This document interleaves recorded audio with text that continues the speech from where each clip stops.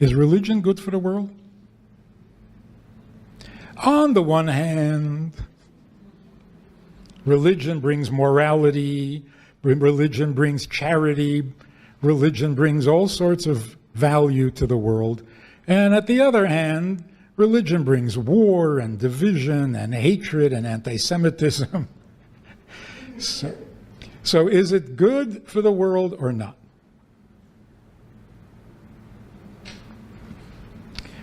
No, it's not. What else do we want to talk about?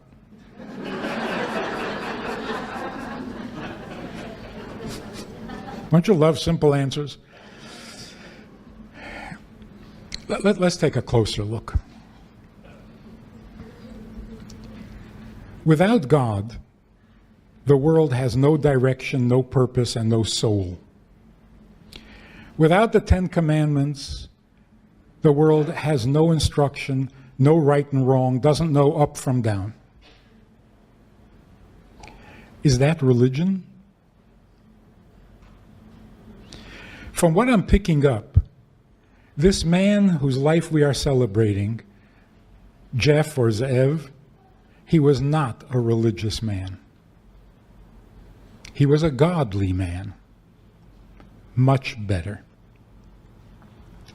When a Jew puts on tefillin, is he being religious? I don't think so. He's being Jewish. A woman goes to a mikveh, is she being fanatically religious?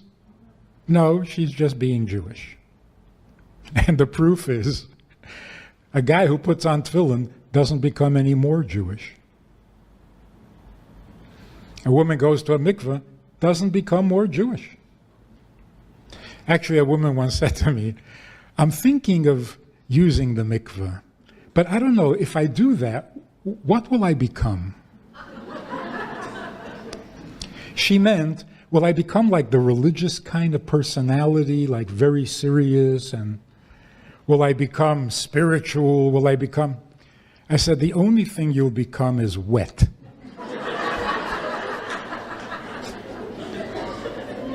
Other than that, nothing will change. You're a Jew now, you'll be a Jew when you come out of the mikveh as well.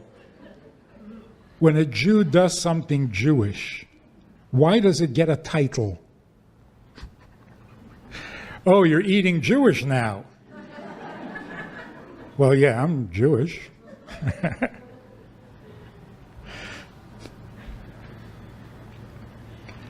I'm at a dinner, fundraising, crowded room.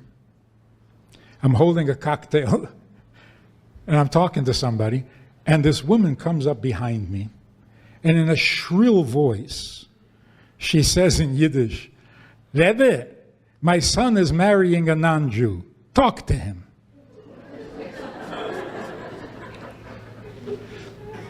I turn around. She's about that big, but a very powerful personality, and her son is standing right there. The whole room heard her say this. The whole room turns around, and I thought, this poor guy, he must be so embarrassed. But I look at him, and he's not. So I took the cue from him, and I said, really, you're marrying a non-Jew? He says, yeah. I said, so you'll be the Jew in the family? He says, yeah. I said, so when they have a question about Judaism, you'll answer it? He says, yeah. I said, do you feel like you know enough to be able to answer the questions? He said, what is there to know? And he was sincere. He said, what is there to know? I said, whoa, 5 books of Moses, 22 books of prophets, 60 volumes of Talmud, and about 1 million customs.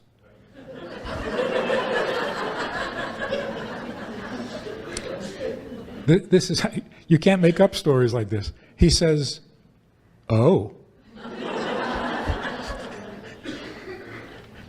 I said, you know what would be a great idea? Before you get married, you have a few months, go off to Israel, go into a yeshiva for a couple of months. Catch up. Do a little learning, cram a little bit, so that when they ask you questions, your non-Jewish family, you'll be able to answer like a mensch. He says, that's a great idea. He went off to Israel. After a week in yeshiva, he thought, oh, this is not such a good idea. But do you see the degree of innocence and the degree of ignorance? This was not a rebellious kid. He had no idea. I had another guy, nice Jewish boy, and I knew him when he was in Talmud Torah. I meet him as a grown-up, and he says, I converted to Christianity. I said, why? He says, they have the greatest books. Now, this is a true story. They have great books. I said, like what? He says, Psalms, Isaiah. He never heard that as a Jew. So, is religion necessary? Or is it important that a Jew should know what a Jew is? So here's the true story. Judaism was never a religion. It's not a religion, and it mustn't be a religion. Religions developed out of Judaism, but Judaism is not a religion, for a number of reasons. Firstly, religion for all practical purposes means living a certain way in order to gain favor above, whatever that favor is. Each religion according to its style. Religion means living a certain way to get spiritual benefits. Judaism was never. You read the Ten Commandments, you go through Torah from cover to cover, it doesn't say anything about going to heaven. Nothing. In fact, the Torah begins, in the beginning God created heaven and earth, and that's the last time heaven is mentioned. The rest of the Torah is about earth. So in Judaism, going to heaven is not the goal. Because, to get there you have to die. That's not a Jewish idea. Man darf leben und sein gesund. Don't go anywhere. Where are you going? All right, if you can't be here, where are you going to go? Miami? If you can't be here, you go there. But that's not a goal. That's a retirement home. No, it really is. Can you imagine Jeff in a retirement home? For a week, maybe. But, enough already. Let's get back to work. The souls in heaven are waiting impatiently for Mashiach to come so that they can come back to earth. So why are you going to heaven when they're coming back here? Don't go to heaven. Just stay here. There is no better place. When you say about a person who passed away, he's in a better place. Just from the tone, it's not Jewish. He's in a better place now. That doesn't sound Jewish. If it was a Jewish idea, I was like, he's better place. That sounds Jewish. But it's not true. There is no better place. There's no better place. It's comfortable. It's pleasant. It's safe. But for a guy who was a leader and a builder and a doer, enough already. A month, 2 months, 2 years. He wants to come back. He's got so much more to build and so much more to do. So, going to heaven has never been our goal.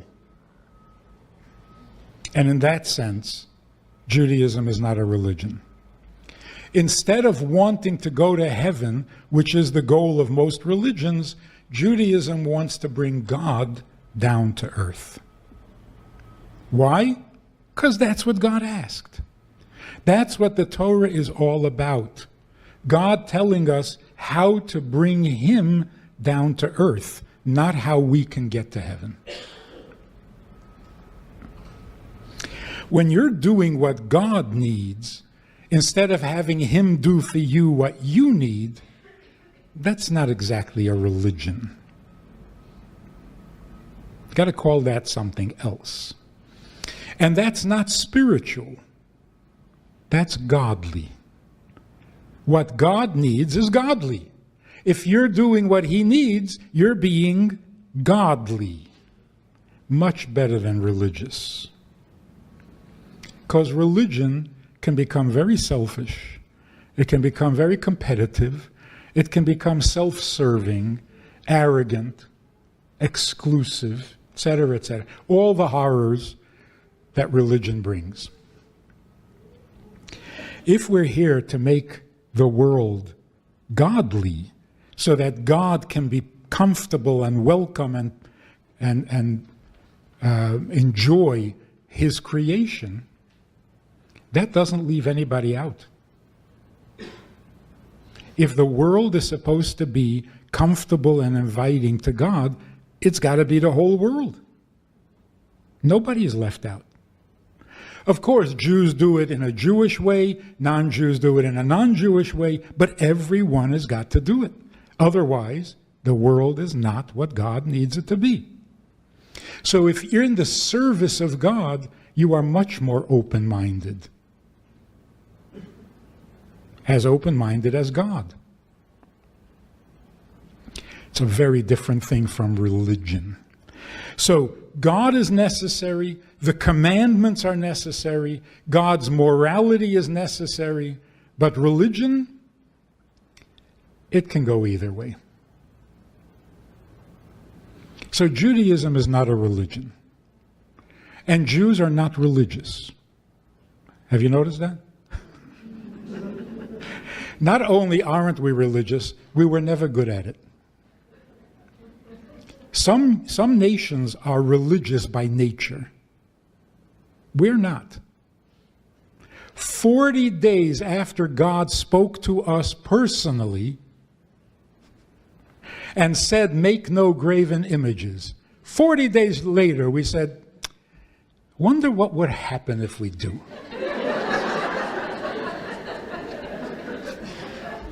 So we made a graven image. So God said, "You guys are impossible. I just said don't do that." And Moshe said in our defense, "Yeah, isn't it great? They're such stiff-necked people." And God said, "Yeah, you're right. I like that." Stiff-necked people is the opposite of religious people. Religious people bend to God's will. We don't. We correct Him. You didn't mean do nothing on Shabbos, did you? Just waste a day like that? Come on. You couldn't have meant that. You meant spend time with your family, right? Is it? And God says, no, just don't do any work on Shabbos. And we say, yeah, spend time with your family. And God says, read my lips. Whether you have a family, you don't have a family, don't do work on Shabbos. And we say, why not? I make the most money on Shabbos. I finally got a day off. I can't go golf. So why do I need to keep Shabbos? And Judaism says, you don't. You don't need to keep Shabbos for a very simple reason. You didn't create the world in 6 days. So what is Shabbos? God rests on Shabbos. And since we are his children, he would like us to join him. When he's keeping Shabbos, can you please do it with me? So he needs you to keep Shabbos, not you need to keep Shabbos. And what does he need it for? What are you asking me? How am I supposed to understand what he needs and why he needs? He's God. But I do know this. He needs it for a godly reason. That's pretty impressive. This leads us to an even more important and very basic and very timely distinction between Judaism and religion.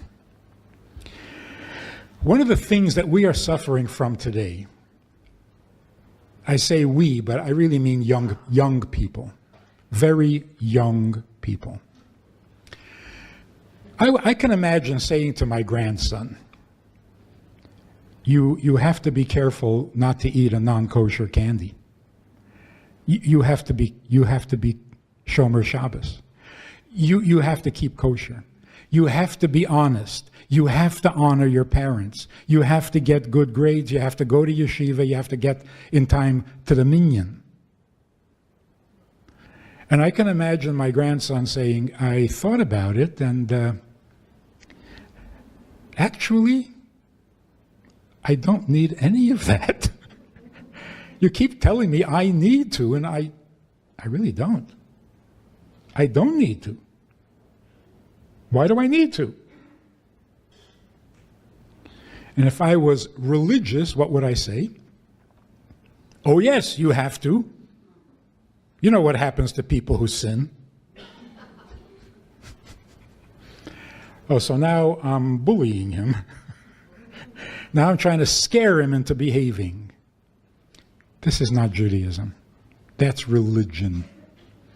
Religion says you are obligated, you must, you have to. What's going to be with you? Get your act together. Be a mensch. It used to work. It's not working. Not only religion. Society. Every child is told, got to go to school. You have to go to school. You have to get good grades. You have to get a job. You have to get a house. And then you have to pay the mortgage. And the taxes. And the insurance. And you know what people are saying today? Took a long time, but they finally came up with it. You know, there's this guy who was suing his parents for giving birth to him without his consent.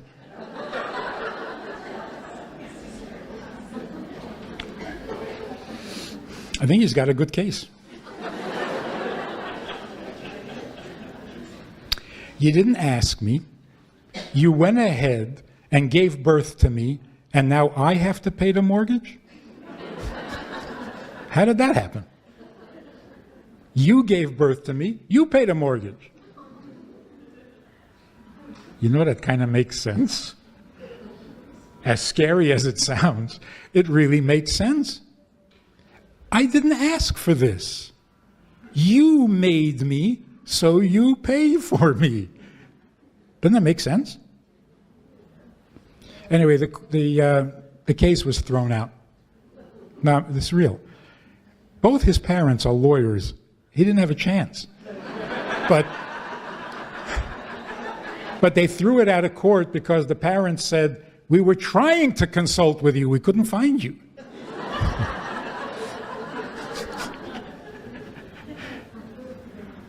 But now you're hearing it even from young children, 10-year-olds, 11-year-olds. You tell them to put a book away or to put their shoes away, and their answer is, I didn't ask to be born. Of course, parents panic, rush the kid off to therapy and put them on medication for anxiety, depression, and suicidal thoughts. If your child or grandchild ever says to you, I didn't ask to be born, don't give him medicine. Tell him, neither did I.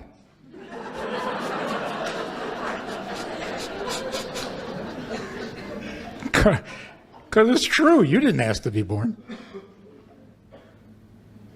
And you know why you didn't ask to be born? Because you don't need to be. If you needed, you would have asked. You don't need to be. Isn't that a shocking thought? Doesn't it sound a little suicidal? You don't need to be here. You don't need to be born. You didn't ask to be born. If you were asked, you would have said, no thanks. I need this like a hole in the head.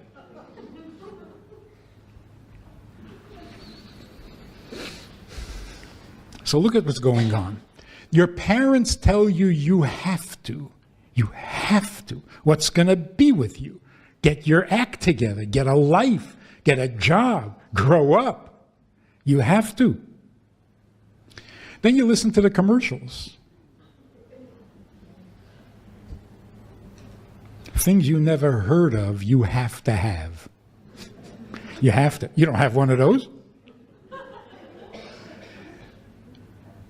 Medications.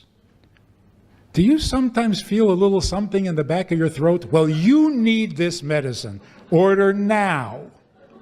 It might kill you, but it'll take away that. Really, they go through 5 minutes of warnings. This may make you blind, it may make you dizzy, it may give you a stroke or a... And after 5 minutes of that, they say, so what are you waiting for? Order now. Order now, we'll send you a month's worth for free. Because my reaction is, if a month's worth is not enough, this is not a good medicine. At any rate, the commercials all tell you what you need. You need. So you figure, okay, I'll go for therapy. You know what happens when you go for therapy? You come in and you say, I need help with my anxiety. Can you help me with my anxiety? And the therapist says, you think you're suffering from anxiety? Your mother never wanted you.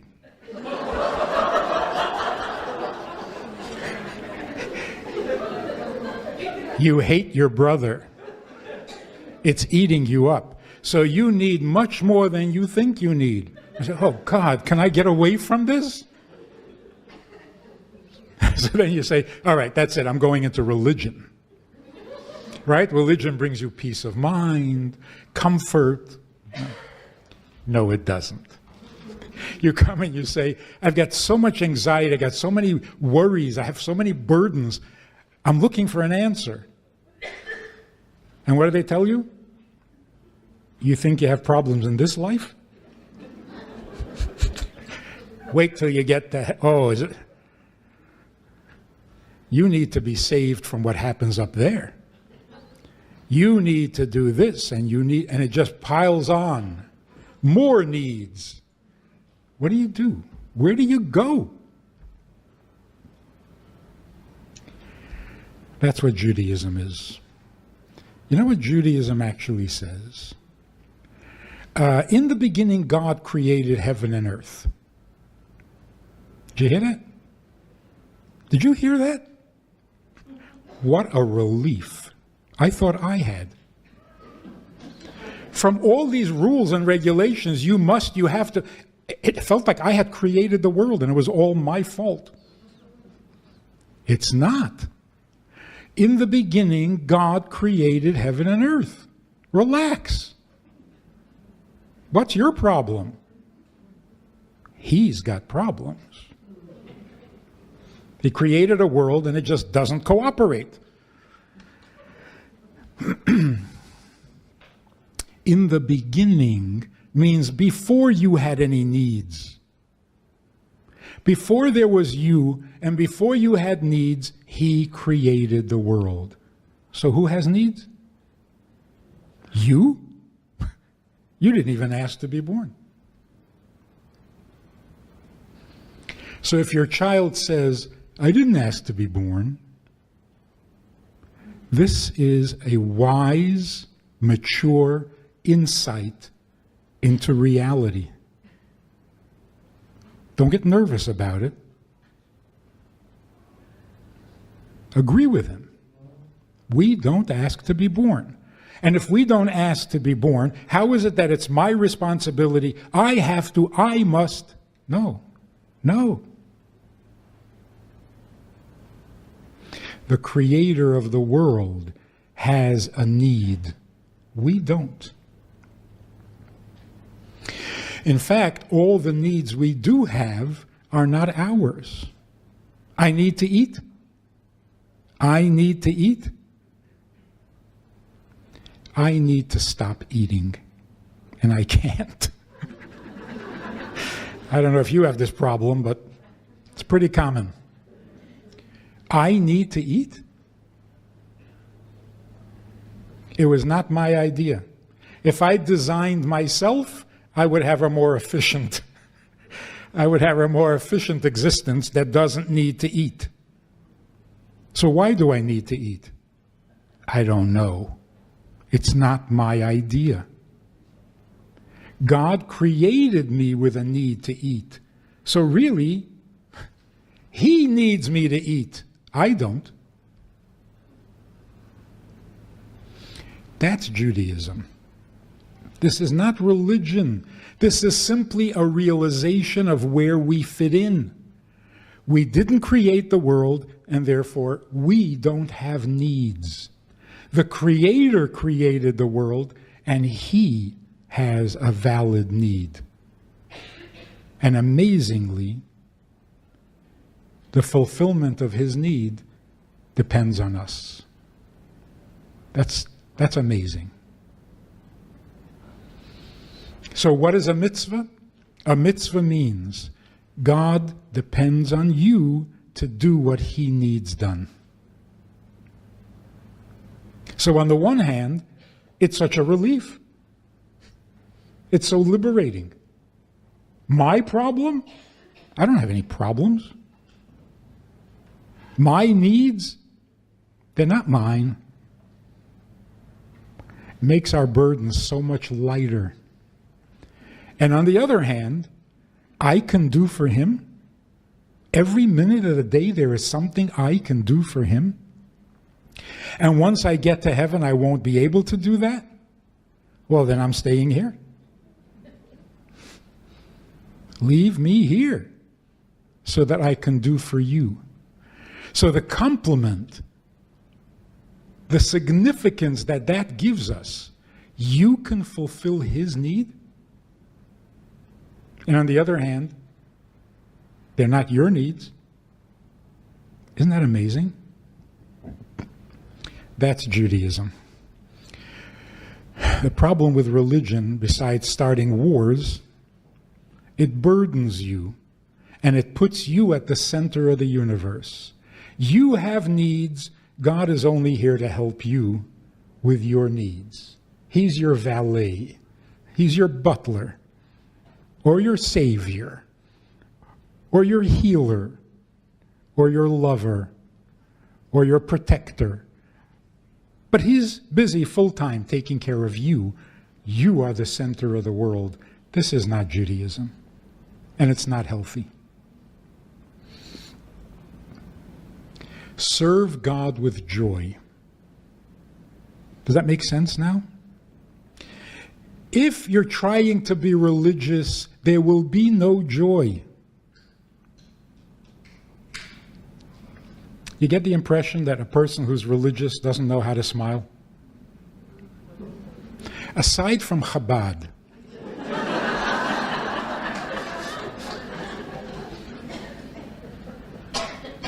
Chabad doesn't fit any of the images, but as a default, position. If you're really religious, you're very serious. Borderline depressed. Doesn't it seem that way? How can you be religious and happy at the same time? Something's wrong. You see somebody happy, you know they sinned.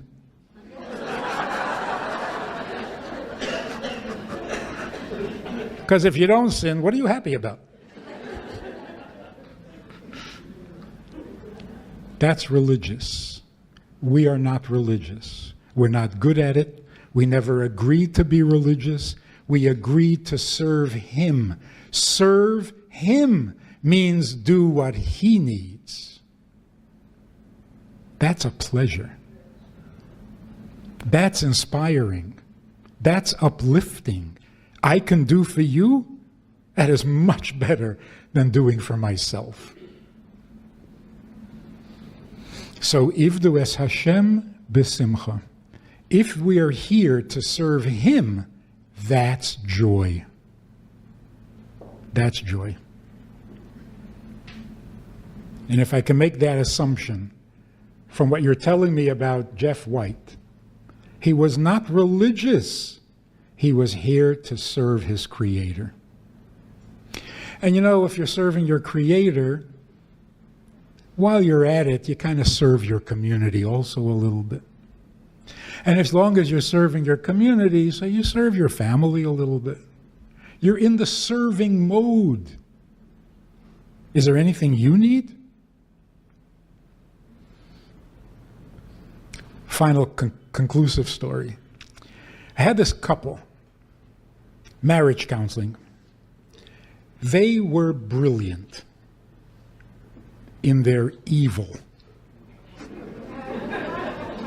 I mean, I've heard people cut each other down. Most couples who are having trouble become brilliant. But this couple, wow. They were so good at it. They would walk in before they even sat down. Didn't you tell her last week that she shouldn't? Well, she did it again. No, I didn't. It was just week after week. It was hard to listen to. So I came up with a brilliant idea. I said, next week, let's get together at the kosher deli in public. I figured they'll tone it down. We get together at the deli. There are about 20 customers sitting at the tables. It made absolutely no difference. They launched into their attacks and counterattacks. It was as if nobody was in the room. Finally, they're exhausted. And the husband says, I think we have a serious problem here. I said, actually, it's not that serious. He says, really? I said, look, how serious can it be? 20 people here heard all about it. They don't care.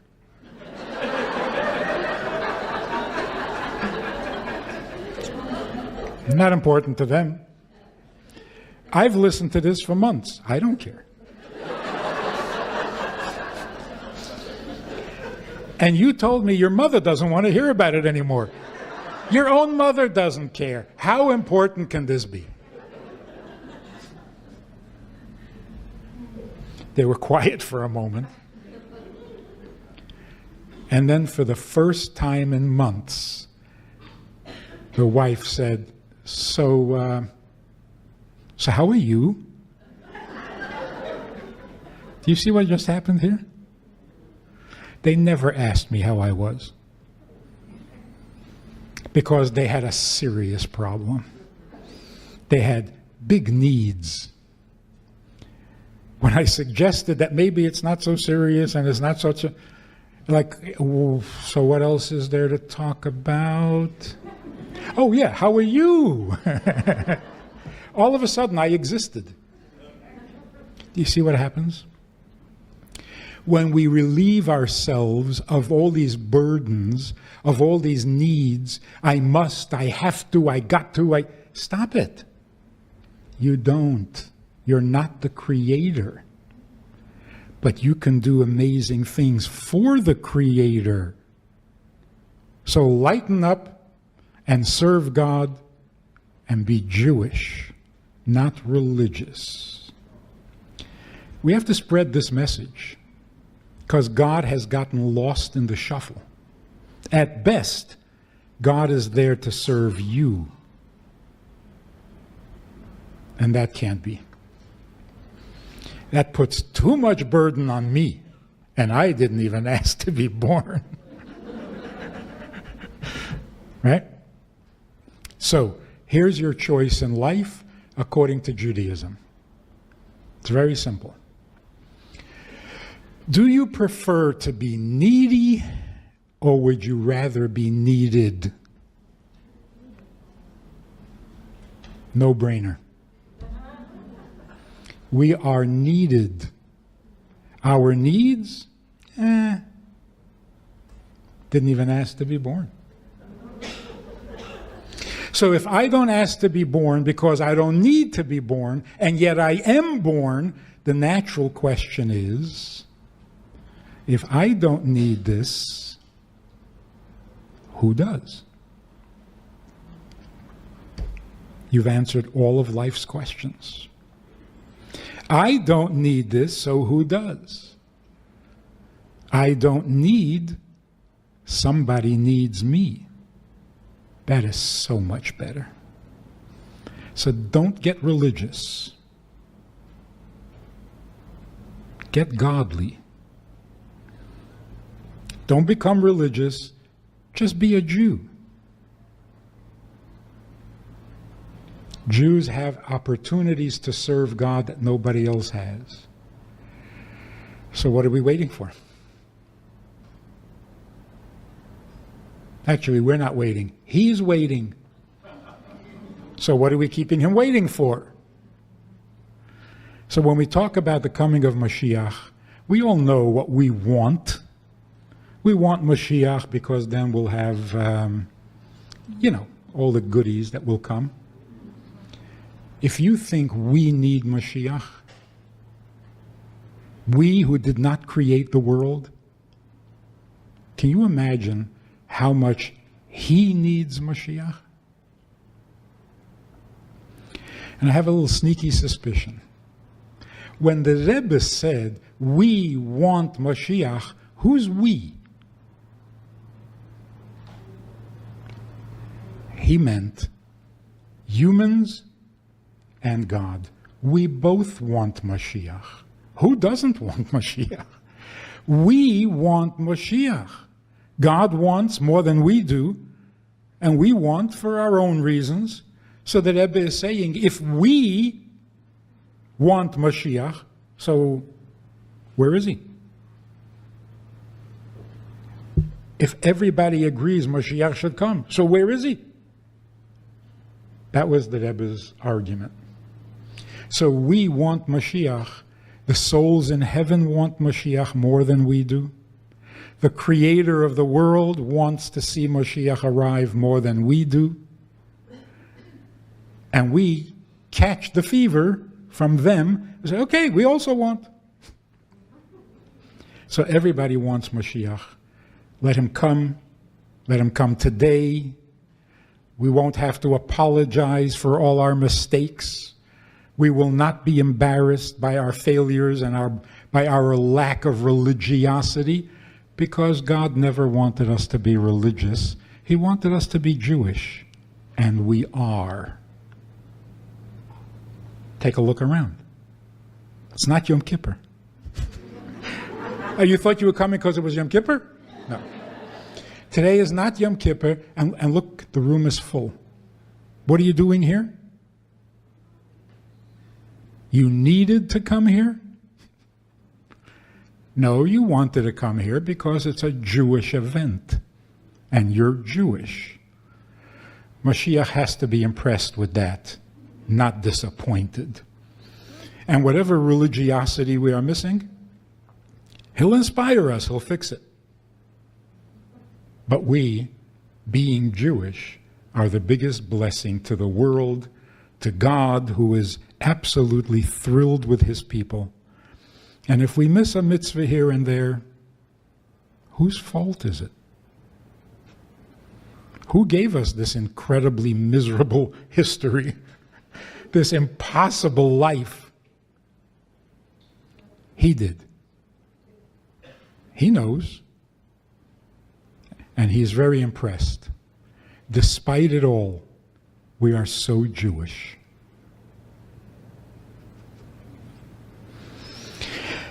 The soul of Zev, Jeff, has got to be thrilled beyond words. Can you imagine this happening for you? 2 years later? This is really amazing. We take it for granted. Yeah, I got an invitation, I came. It's not that simple. It's awesome. It's awesome. So let Mashiach come. Let him be impressed with how good we are, how Jewish we are. And religion, let other people be religious. You just be Jewish. Thanks for listening. We have a Sunday night program for VIPs that you might be interested in. It's informal, it's questions and answers, it's conversation. It's really relaxed, it's really pleasant, enjoyable, informative, and kind of community-like. It's a Sunday night program. There's a Wednesday morning program for the VIPs, and there's a Wednesday night program.